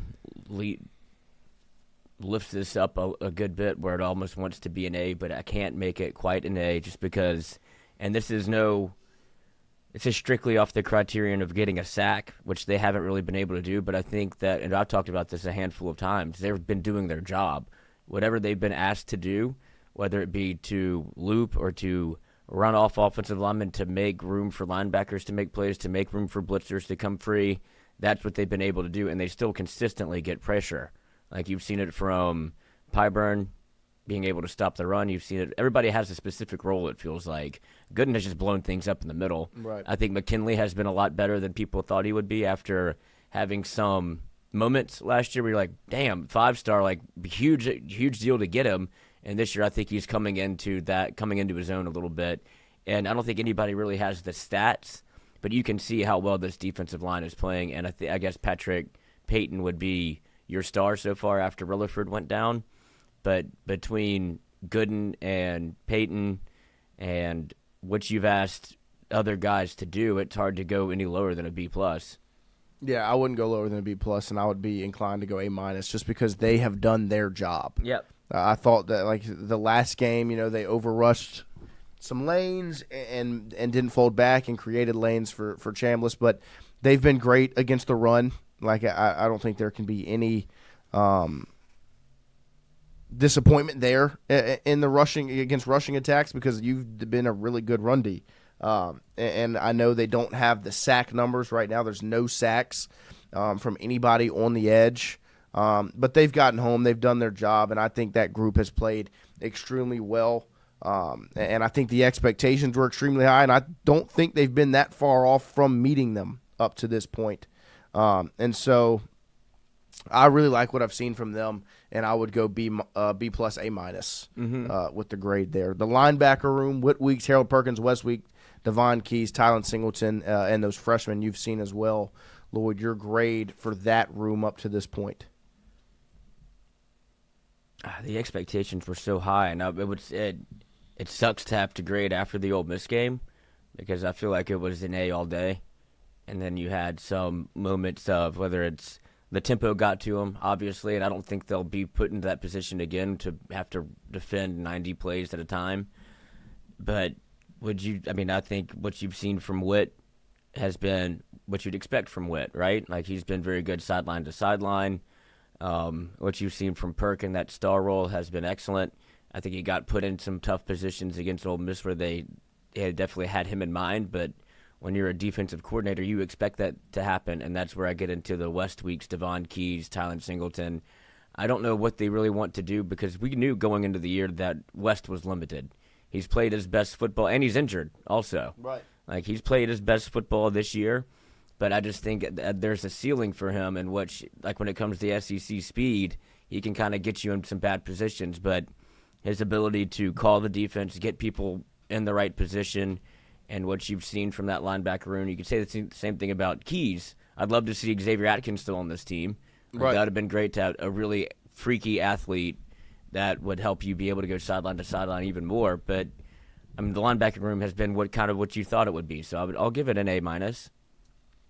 Yeah, I may be a little bit lower. Yeah, I could go. That's to say, I could go B+, but I just feel like I agree. Expectation, it's been kind of what you thought it would be. I agree. I think that Whit Weeks has played excellent. 13 tackles, 5 hurries, 7 stops. Like, they've done their job, and they've helped win you football games. It's coming off the worst performance they had. It's coming off their worst game, and I think, to me, maybe the biggest question mark for the linebacker room is it kind of circles around Harold Perkins right now. He was in coverage way too much on Saturday. And I know that's Lane, but at the same time, got to find a way to not allow that to happen because he leaves a lot to be desired in coverage. If you look at some of the biggest plays that they've made, they've schemed to get 7 in coverage. And the way that they did that, and this is what we talked about before the game, was if they go tempo. Right. You don't have the. You can't substitute. You can't change pop it around. him. You can't pop him down and put Deshaun Spears in. Right. Because you just can't. You can try to run them off, but what do you think they're going to do if you try to substitute without them substituting? Right. You're going to get caught with too many on the field, or you're going to get caught out of position. So I agree. I wonder how many teams look at that and go, "This is the way to attack them when we got to get something like 2nd and 3rd down." Well, maybe you do call 2 in the huddle and put Perk in coverage and hope that you can catch him off guard. But it's not just him; none of them are very good in coverage. No, we knew that going into it. Keys has looked like he hasn't been awful in coverage, and Witt is. You're getting as good that he can give you coverage wise, but that's just not who they are. They're just not. No, are not cover linebackers. 2 white linebackers, right? And so they're coming. You're coming off the worst performance. I think that I think they've been used well up to this point. They've helped win you football games. They won you the Clemson game. And so I would give them, like Lloyd said, B+, A- as well. Cornerbacks, Mansour Delane, P.J. Woodland, DJ Pickett have been the 3 main guys at that spot. We've swapped out at the boundary with Pickett and Woodland, and then Mansour Delane has kind of locked down the other side. Your grade for them up to this point? A. Yeah, no, like I said, coming off of last game is probably deducting it a couple points because up to this point I probably would have gone higher than an A. I probably would have been close to saying A+. Mansour and Woodland, despite getting a couple of, we knew what Woodland was coming into this. A little grabby, and he got caught a couple of times with that. But he also bounces back and gets you an interception, and he's been able to do that nearly every time he's been challenged that much. He gets you the football back. Right, you can give up. I don't care if you have 4 holding penalties. If you get me a pick every game, I'll take it because you're changing the game that way. And obviously, Mansour Delane has been a pleasant surprise and somebody that we had kind of circled to see if he could be elite. Like you saw him in practice, he's like, damn. Right. Okay. Right. He's not really giving up a whole lot. And then even that was in one-on-one scenarios where it was, you're supposed to lose this drill.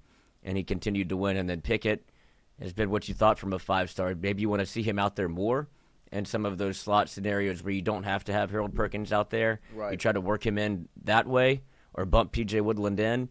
But Pickett has been excellent whenever he's played, so it's hard not to give anything but an A.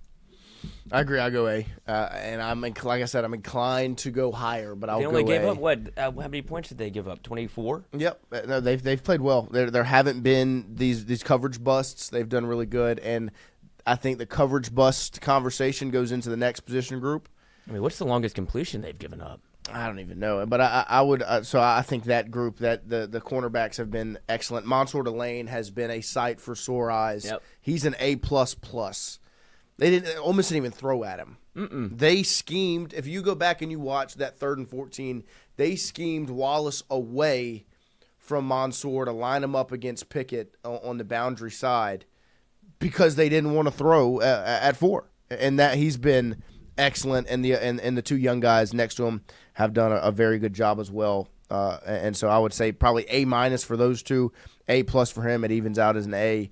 Then you look at the safety position. Would be our final position group on defense. Lloyd, A+. A+. I really don't even think like it had. They have won you football games, like quite literally. And you look at the job they've done. AJ Halsey, I would probably go to say is the best player on your football team right now. He makes play after play. His instincts, we talked about him all offseason. You heard Blake Baker talk about him preseason, off the chart, and you've seen it week in, week out. If you go back and you watch your defense play against Ole Miss, you're going to see 13 make a lot of the big-time plays, whether it's punching the football out, going into the end zone, tripping a guy up, saving him from going and scoring. That safety room is an A+. Cooley, Halsey, Spears, and even Gilbert as well has been a sight. You know, he has impressed me more than I expected. But really, it starts with Halsey and Cooley, and they've been excellent. They've done all you could ask and more. And like I said, and this was my preseason thought on Halsey, and kind of even my thought when they got him out of the portal. This was a guy you could look up in the middle of the season and say that's the best player on your defense. Yep. Right now, you can look up and say number 13 is the best player on your team. He's playing that good of football. And Cooley as well has been really good. And I think those 2 have made the defense better. They've made the other safeties better. Like Steve Yule said, they've made Gilbert and Spears better players. They make the corners better. They make everybody better. And that's the job of a safety. It's in the name. It's to make everybody else look better by keeping them safe. And they've done that, man. That's an A++ in that room. I can't. There's nothing to really complain about. There's nothing I can't think whether it's coverage or their ability to tackle. Right. Like you've seen even on like busted plays or gash plays or explosive plays. There's so much opportunity for those to go so much further. And I think it could be recency bias based off what you've seen the last 3 years at LSU at the safety position versus what you're getting to see now, and seeing the difference is night and day. Right. That also can influence how you feel about it. But there's so many plays where it's one-on-one between Cooley and a running back or a wide receiver and Halsey that it's not you're making a shoestring tackle, those happen, but it's also like Halsey's like squaring you up. Right. And like setting it, that's a momentum setting play. That's a tone setter. Whenever it's like, damn, you're not going to get really past any of these cats, even if you do have a head start. I've seen them come down into the box and like out of a cannon, where it's just they're so confident with their eyes and what they see that it kind of changes the way that other teams have to play, because those explosives that you think you're drawn up are diagnosed so quickly. And you saw it against Florida that they were trusting what they were seeing, and that's instinctual football. That's what you paid for, but that's also how you make game-changing plays. That's the difference between a pick and a knockdown or a catch. Right. And they're making picks. And so I really couldn't be more impressed with the back end of the LSU defense. And, yeah. Yeah, no, I mean, those 2 are worth the price of admission, man. Like, it is worth watching LSU football just to watch 0 and 13 play. They have been I wouldn't say a pleasant surprise because I expected them to be really good, especially Halsey. But it's been a breath of fresh air is what it's been. When you see, I credit a lot of the defensive improvement from 24 to 25 to the safety play up to this point. Like, as much as your defensive front has been much better against the run, linebackers are playing well, Perkins is more comfortable. You have both sides of the field locked down at the cornerback position. The biggest improvement on this team from 24 to 25 has been the safeties. Those guys are an A++. Safety play has been excellent. And so I guess if we're going to kind of go defensive grade as a whole and offensive grade as a whole, I think defense is an A. And if not an A+, I think they're an A just because we gave a lot of groups some Bs and B+, but I think when they all come together, it's a different grade. It's one of the best defenses in the country. And it's so I would say A plus for the defense as a whole. Like as even though one group got an A plus, when they all come together, they're a unit, and that's my favorite part about them. The D-line makes the backers better. The backers make the corners better. The safeties makes the D-line better. They all are hand in hand, and it's an A-plus group. They're that good. And I know you can look at 484 yards and be upset. You were on the field for 100 plays. 24 points. I mean, 24 points and 484 yards. And that game, and I know you can point to one thing, like, a tough third down, but, I mean, they're going to give some of that stuff up. That's just what. And they weren't an A on Saturday. No. They weren't an A-plus on Saturday. And when they're not, that's what happens. LSU tends to lose. And when they're not, they still only gave up 24 points to a Lane Kiffin offense. And it's because they make plays. The interception and the forced fumble, those are plays that are not there to be made. They made them. Mm-hmm. Woodland caused the interception. A.J. Halsey forced a fumble. Took points off the board. He punched it out. It was I was watching the game back, and I didn't remember this play. The wide receiver's wide open because there's a miscommunication somewhere, and I was like, I don't remember. And then I see, here comes 13, punching the football and that's all out. effort. Like, man, this defense is an A+. They weren't an A+ on Saturday, and because of that, you lose. And that's because offense is a D-. Yeah. D. I mean, just because you have to give some. I give credit to the wide receivers, the pass catchers. And for trying to, and Nuss gets, I know nobody's going to want to hear this, a modicum of credit for changing the way he has to play, because it's not his fault he's hurt. He's not the one out there lying about his health. He's saying, I'm not going to comment on it. Garrett Nussmeier is a football player that wants to play football, and he doesn't want to play it this way, but he's forced to. And so you're seeing what that is. It's not great, right? But you have to give, because I don't, and a lot of this has been based around, you saw 11 snaps from Van Buren, and a lot of people want to see that, and I'm almost on that side of it because of Garrett Nussmeier's health. Because at some point, what more can he do? That doesn't mean you're limited. And so, but given the hand that he's been dealt, I think he has to be better, but he's been fine. Like, when you look at even overall passing stats for LSU, like passing yards per game, they're 46th in the country, which is not where you expect it to be. But in the conference, you're 5th. Like, you're right in the middle of the road, so it's hard to say he's been playing bad whenever he can't throw his fastball and he's still being able to pitch around you and get you to 4-1. No, I agree. But it's still, but with all that said, it's a D. It's a D-. I give it.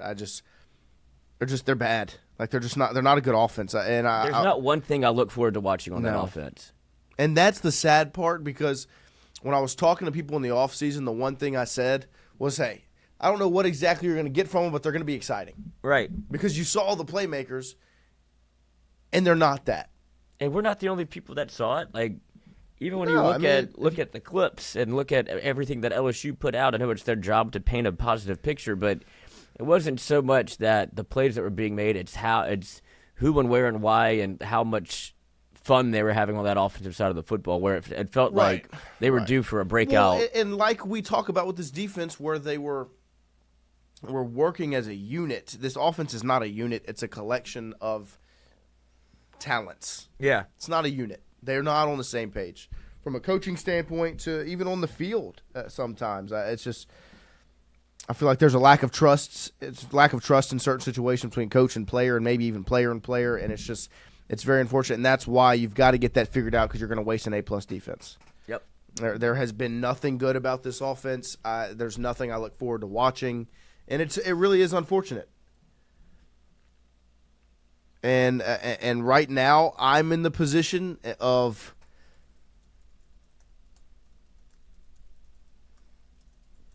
playing Van Buren where I'm at right now, and it's solely because Nuss can't physically make the throws. That's where I'm at. Like, if he can't make the throws, then you got to at least put a guy out there that can. So it's tough, man. It is tough, and that defense. I mean, that defense is great. Offense just leaves so much to be desired. But this weekend, you're not going to have to worry about it because they don't play. Right. The games you can watch, you got Kentucky at Georgia, which Georgia should handle as they recover from a loss to Alabama. At 2:30, you've got two SEC matchups with Texas at Florida. And Texas only favored by 6.5, only favored by a score. And then the big one is at 2:30 on ABC, Vanderbilt at Alabama. That's where all of our eyes should be this weekend, because that game, you're going to get a real look at who those two teams are, I feel like. Is Alabama back to being that Alabama where they can beat Georgia and then take on Vanderbilt and just handle them? And is Vanderbilt a real team? I'm not even talking wins and losses. I'm just talking about is Vanderbilt real? Are they actually the 16th best team in the country? Can they compete with Alabama and that level of athlete? Well, and can you do it twice? That's what right. You did it last year. Right, and I think you snuck up on everybody. Now, right. You have Alabama's full attention. You're not a surprise anymore. No, you have the country's full attention, and to be able to go into Alabama and win that football game would be a huge statement again. And it feels like Vanderbilt's fighting this narrative of they're not a real football team. That like this is a fun story. If you do it again, right? And I'm not even in the camp of winning. Just go out there and compete. Like make it a football game. At least announce on the national stage. That this is going to be tight with 2 minutes left in the fourth. You are a legitimate football team. And I would rather that so that they don't get discounted when LSU heads to Nashville in the middle of October. Yeah, but if they beat the brakes off of Alabama, then it's like, oh, God, you have to go to Vanderbilt. If Alabama beats the brakes off them, then I'm nervous of getting in the mindset of like, oh. They're not any good. They can't hang with Alabama. They can't hang with LSU. And then after that on ABC at 6:30 p.m., a big-time ACC matchup, as number 3 Miami is headed to Tallahassee to take on Florida State. Miami and Florida State will face off. So those are your two big games this weekend. Vandy at Bama, Miami at Florida State. Lloyd, Vandy at Bama, who wins it? I'll also give you the lines here via ESPN Bet. Bama favored by minus 10.5. 10? 10.5, 10 in the hook. And the over-under is 55.5. I mean, I haven't really watched or had the chance to watch Alabama play yet, but where it started to where it is now, it feels like the totally different. I would say a totally different perception. I think people were so quick to hop on. And I'll ask you that question: do you think LSU could be in a similar spot to where Alabama was after the Week 1 loss of changing the narrative? I think LSU has too many things to fix. I agree. Because I like that. I had that thought of like, Bama needed to be punched in the mouth to kind of figure it out, and they went out against Georgia. I watched that football game, and they looked. Yeah, there's no phones on the field, huh? No, and they looked like Alabama. They've got the players. It's right. The thing that you have to think about with Alabama is they will never be as consistent as they once were because it's impossible. Yeah, I mean, so they're going to drop football games that you probably like. They're going to join the ranks of the 10-2s now. It's not going to be we're undefeated and going to an SEC championship, and that's just what it's going to be. Like they're still going to have moments that a normal man coaching the football team will have, not God. Right. No, because I was thinking, I was like, if Bama had that shake back, I feel like LSU's in a similar position to where Bama was after Week 1, where it's like, oh, we can't just go out there and win. Roll the ball out and see what happens. It's just not who LSU is, and so it's like. But all of their and I hate saying this term, like it feels you could say that everything's fixable. I'm not sure that it is. Well, no, you're not going to fix the offensive line. I don't know if you can fix health. I don't think Nussmeier's ever going to be fully healthy. There are things that are fixable that can put you in a position to be good enough to win games because of A+ defense. Yeah. And so I'll be interested to see Vandy at Alabama, but I have Alabama winning that football game. Yeah, I think the shake back from 10.5 last season is incredible. Do what? 10.5 is a big number. Yeah, and when I just think, and it should be. That's what it should look like. Bama should be favored by 10.5 over Vanderbilt, and I think that Vanderbilt's going to come out there and they're going to give them a really good shot in the start of the game. I just don't know if they're going to be able to last throughout. But I would love for them to. I would love for a good football game between Vanderbilt and Alabama once again. I just think Bama's in the right place right now. It seems like it, at least against Georgia. The stuff I've seen come out from the locker room from that game, seems like they're in a really good spot. I have them winning that one. And then, Lloyd, I'll ask you, Miami at Florida State. Florida State dropped one last week to Virginia on a Friday night. That was a fun game. I'll take Castellanos over Beck. Really? Yeah. I think he shows up for games like this. I think Virginia snuck up on him, and they were still a throw away from escaping that football game. If Florida State wins, do you feel any different than what they look like in a loss? Like, not necessarily, but I know that they competed. Even against the Virginia, that place was ready to pop. Yeah. I've never seen a field be stormed faster. I still don't know what happened to that wide receiver. No, me neither. I hope he's okay. Yeah, I mean, he didn't have a chance to get up. He was on the ground still, and then, boom, they were on that field. But that was an awesome environment, and it felt like it was kind of working against you. Right. And Florida State Castellanos did this last year with Boston College. I think they ripped off 4 or 5 straight and then kind of came back down to earth, so that's certainly a plausible scenario again. But I like his ability to change the game with his legs. For a Miami team that's good. Yeah, no, I mean, Miami's looked really good. They're the number 3 team in the country right now. At times they were number 2, and I think they looked like it. At times I thought they looked like the best team in college football this season. And this, to me, is going to be quite the test because I think in Miami's biggest game up to this point against the win over Notre Dame, started off well. And then kind of as the game went on, I think Notre Dame chipped away and found a way to make that game close at the end. I think they only won by a handful of points. I'm a Castellanos believer like you, but I think Miami wins it. I just think they have too many playmakers around on defense. The Bain guy is a monster, and I'm very interested to see what that game looks like because I think those are 2 teams that are very much in the mix for the college football playoff, and it's going to be a big-time matchup. And I'm excited to watch some college football this weekend without having to stress about what I'm going to see on a Saturday night. So it will be fun. It'll be nice to kind of relax a little bit. But let's connect athletically. Let's close it out this morning. We appreciate you guys hanging out. Let's make sure you like, you subscribe, you tell your friends and your family to subscribe as well as we keep this thing growing. Steal a phone on the bye week. That's what you should do. We've got a lot of exciting things coming up for you guys, and like I've said, we couldn't do it without all of you. And so if we look a little different on Monday, hopefully a little bit better, that's credit to you guys and y'all support. We wouldn't be here if we didn't know we had all of your support to make this happen. And other people would not be noticing. And other people wouldn't be noticing. And we've had people notice and reach out, and it's been very, very, very cool. And so we appreciate you guys and what you mean to us. So we've got New England, we've got New Orleans, we've got New York, and we've got New Jersey.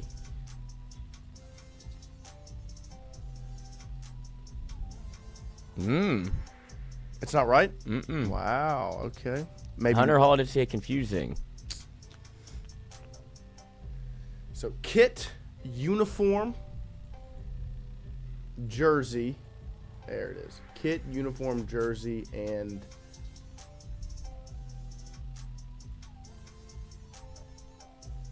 we'll do one more. Sweater? Yeah, that feels right. So then it would be New Orleans, New York, New Balance. New Balance, New England.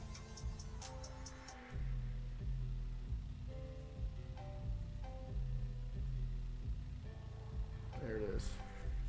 And then we would have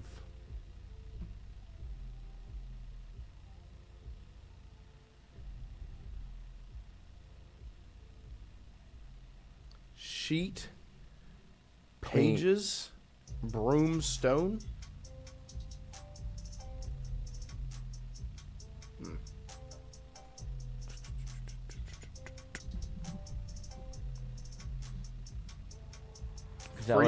Freeman, Betts, Dodgers players. What? Freddie Freeman, Mookie Betts. Who else is a Dodger? I don't watch baseball like that anymore. Me neither. Those are the 2 I know. Stone and Snell. what it seems like. Freeman, Betts, Stone, Snell. And then Broom, Pate. Ooh. Down to our last one. I know I was seeing like clean sheet, but that doesn't get me anywhere. Like a sweep.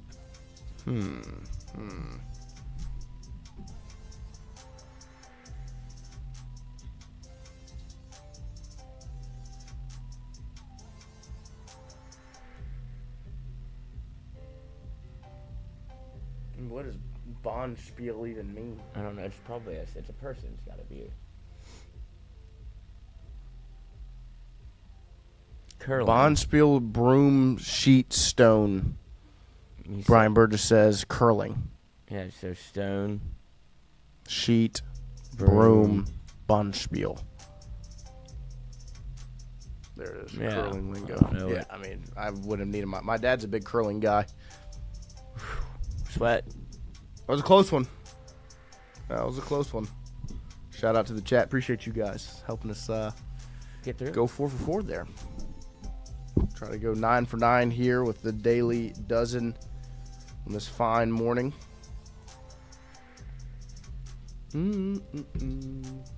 Gotta get a win for the people.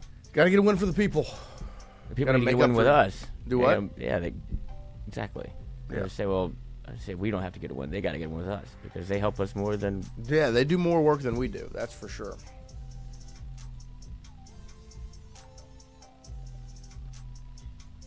There's only one where you're expected to shine. Kevin Spacey and Kate Hudson. Yep. They really forced Kate Hudson in there, didn't they? They did. Well.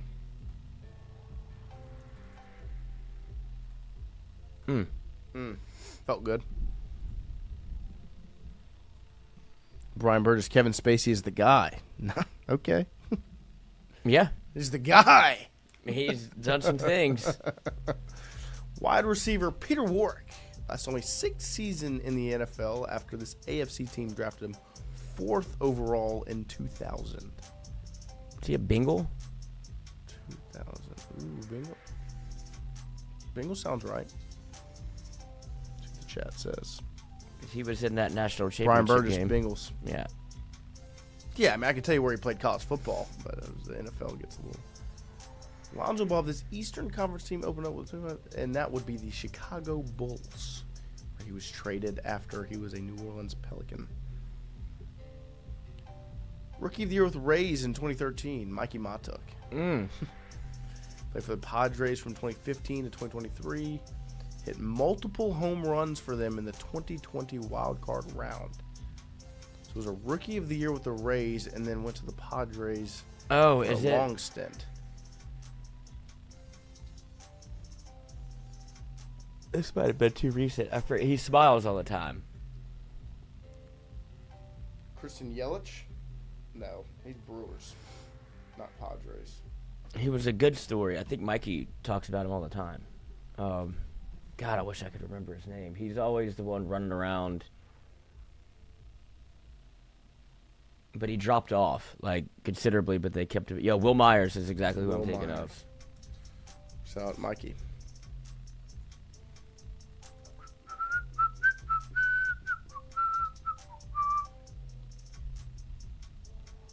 There's a lot of Myers. Mike Myers. There he is. Bang. Geography. The state capital of Kentucky. Oh, Frankfurt?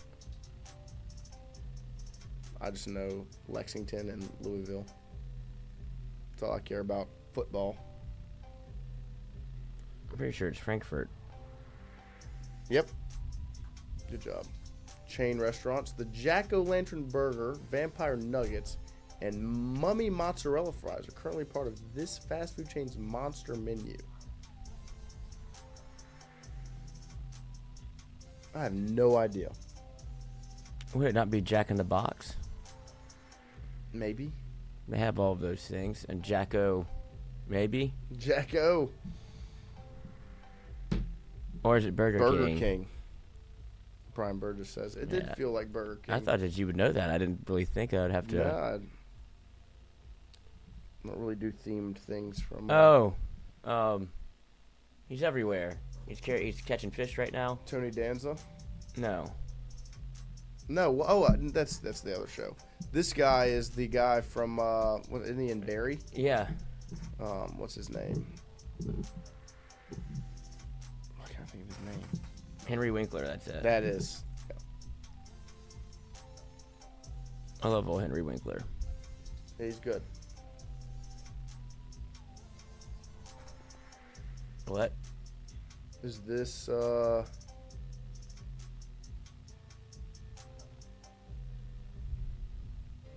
This isn't Jumanji. There's not a Jumanji ride. I saw this movie, but I don't.